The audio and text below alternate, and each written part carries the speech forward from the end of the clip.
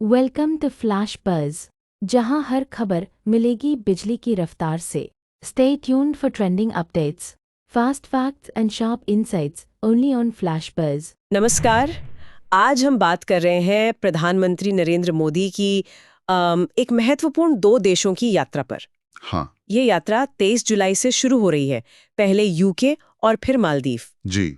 हमारे पास times of India की एक रिपोर्ट है इस पर, तो आइए इसी के आधार पर समझने की कोशिश करते हैं कि भाई इन यात्राओं का क्या महत्व है, क्या लक्ष्य है इनके पीछे। बिल्कुल, और ये दोनों ही यात्राएं मतलब काफी दिलचस्प हैं। हाँ। हाँ, क्योंकि ये भारत की विदेश नीति के आप कह सकते हैं दो अलग-अलग चेहरों को दिखाती हैं। अच्छा, कैसे? हाँ, देखिए एक तरफ तो यूके है, पुराना साथी, मजबूत संबंध। वहां लक्ष्य है रिश्तों को और गहरा करना। ठीक है। और दूसरी तरफ है मालदीव, पड़ोसी देश, लेकिन हाल में कुछ तनाव देखने को मिला है। हाँ, वो खबरें आई थी। तो वहां कोशिश है रिश्तों को संभालने की, स्थिर करने की। समझ गई। तो चलिए पहले यूके वाले हिस्से से शुरू करते हैं। जी यात्रा 23 जुलाई को वहीं से शुरू हो रही है। जी। प्रधानमंत्री मोदी वहाँ नए प्रधानमंत्री की स्टारमर से मिलेंगे और किंग चार्ल्स III से भी। हाँ।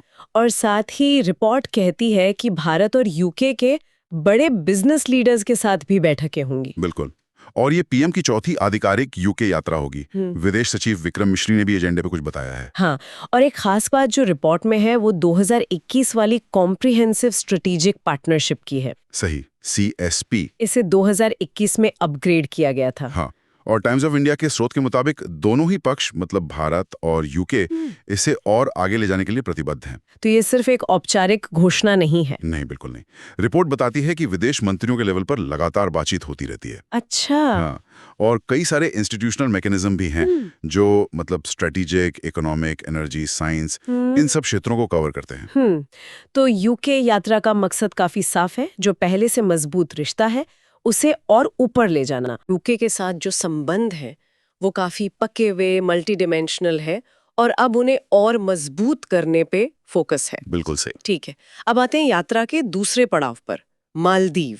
हाँ, यूके के ठीक बाद प्रधानमंत्री 25 से 26 जुलाई तक मालदीव जाएंगे। और ये एक राजकीय यात्रा है ना, राष्ट्रपति मुइज़्ज़ू के निमंत्रण पर। बिल्कुल, ये अपने आप में अहमियत रखता है, खासकर मौजूदा संदर्भ में। हाँ, क्योंकि यहाँ यूके जैसा मामला नहीं है। रिपोर्ट में साफ लिखा है राजनयिक संबंधों को स्थिर करना, स्टेबलाइजिंग डिप्लोमेटिक रिलेशंस। एकदम सही पकड़ा आपने। यूके में लक्ष्य है मजबूती, यहाँ है स्थिरता।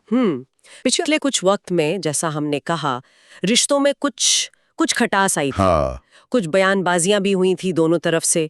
तो स्रोत इन्हीं हालिया तनावों या रीसेंट स्ट्रेन्स का जिक्र कर रहा है। बिल्कुल। तो ये यात्रा एक तरह से डैमेज कंट्रोल की कोशिश है या रिश्तों को रीसेट करने की, कह सकते हैं। राष्ट्रपति मुइज़्ज़ू का निमंत्रण और उस पर पीएम का जाना ये दिखाता है कि दोनों तरफ से रिश्तों को वापस पटरी पर लाने की इच्छा है। उद्देश्य यही लगता है कि आपसी समझ बढ़े, जो गलतफहमियां हैं वो दूर हों। ये तो काफी दिलचस्प है। मतलब एक ही दौरे में दो बिल्कुल अलग तरह के डिप्लोमेटिक मिशन। हाँ। एक जगह आप पार्टनरशिप को नेक्स्ट लेवल पर ले जा रहे हैं और दूसरी जगह आप कोशिश कर रहे हैं कि जो थोड़ी दूरी आ गई है वो कम हो जाए। और यही मेरे ख्याल से भारत की विदेश नीति की एक खासियत दिखाता है। क्या? उसका लचीलापन और उसकी सक्रियता। देखिए, हर देश के साथ आपके संबंध अलग होते हैं ना। हाँ, बिल्कुल।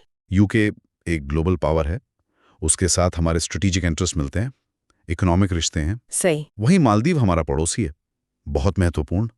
वहां कुछ भी होता है तो उसका सीधा असर रीजनल स्टेबिलिटी पर और हमारे हितों पर पड़ता है। हाँ, ये बात तो है। विदेश सचिव मिस्री के बयान से भी यही लगता है कि दोनों देशों के साथ भारत का जो एंगेजमेंट है उसका नेचर और उसकी प्राथमिकताएं अलग हैं और उसी हिसाब से डिप्लोमेसी चल रही है। तो अगर हम संक्षेप में दर्शकों को बताएं, प्रधानमंत्री मोदी पहले यूके जा रहे हैं। जी। वहां पीएम स्टारमर और किंग चार्ल्स से मुलाकातें होंगी। फोकस रहेगा कॉम्प्रिहेंसिव स्ट्रेटेजिक पार्टनरशिप को और मजबूत करने पर। बिल्कुल। फिर वो जाएंगे मालदीव, राष्ट्रपति मुइज़्ज़ू के निमंत्रण पर। हाँ।